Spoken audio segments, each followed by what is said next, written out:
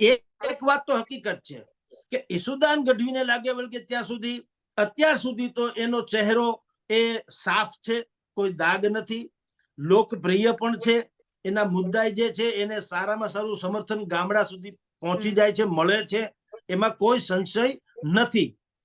રહી વાત આમ આદમી પાર્ટીની, તો ભલે આમ આદમી પાર્ટીના અરવિંદ કેજરીવાલ થી માંડીને આજ સુધીનું એકમ ભલે પોતે પાક સાફ ન હોય, પરંતુ વિરોધ કરવાની આમ આદમી પાર્ટીની જે પેટર્ન છે એ ભારે અસરદાર છે.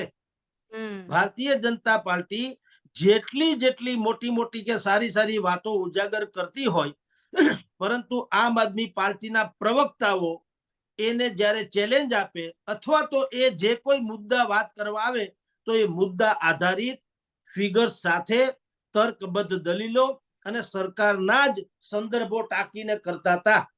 એટલે જ્યારે કોઈ માણસ નિષ્પક્ષ રીતે સાંભળે કોઈ ચેનલમાં કે એને વાંચે તો ઓબ્વિયસલી એવું લાગે કે સરકાર ભલે ગમે તેમ કરે છે પણ આ પ્રકારની ખામી તો છે ને છે જ. આપને ખબર હશે પાયલબેન કે ગુજરાતની મેઇન સ્ટ્રીમ જેટલી પણ ન્યૂઝ ચેનલ્સ છે, હવે હું તો હંમેશા કહું છું કે આપણે ગામ ઉપર આંગળી ચીંધીએ ને બેન, 4 આંગળી આપણી તરફ હોય છે. જ્યાં સુધી આપણે પણ આપણા આત્માની શુદ્ધિની કે આત્માની વાત નહીં કરીએ ત્યાં સુધી વાત વરે નહીં પડે. ગુજરાતીની મેઇન સ્ટ્રીમ ન્યૂઝ ચેનલ્સ જેટલી છે એમાં કોના કહેવાથી તો આપણે સમજી જ શકીએ છીએ, પણ આમ આદમી પાર્ટીના પ્રવક્તાને આવવા દેવાતા નથી. હવે તમે મને કયો, આને નિષ્પક્ષ જર્નાલિઝમ કહી શકાય ખરું? આને ચોથી જાગીર કહી શકાય? આને સ્વતંત્રતાની અભિવ્યક્તિ કહી શકાય? ભલા માણસ, આમ આદમી પાર્ટી તમને ગમે કે ન ગમે, પણ પ્રજાને એનો પોતાનો મત રજૂ કરવા તો દેવો જોઈએ.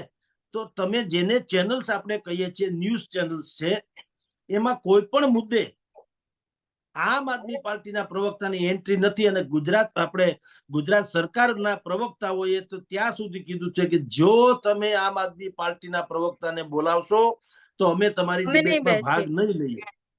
હવે આ મને કયો તો તમારે, એટલે કે ન્યૂઝ ચેનલ્સે તો એવું કેવું જોઈતું ભાઈ તમારે ન ભાગ લેવો તો કઈ નહીં, પરંતુ આ એક લોકતંત્ર છે, એમાં આમ આદમી પાર્ટી નામનો એક પક્ષ છે અને એનો પોતાનો જે વ્યૂઝ છે એ રજૂ કરવાનો એનો અધિકાર છે.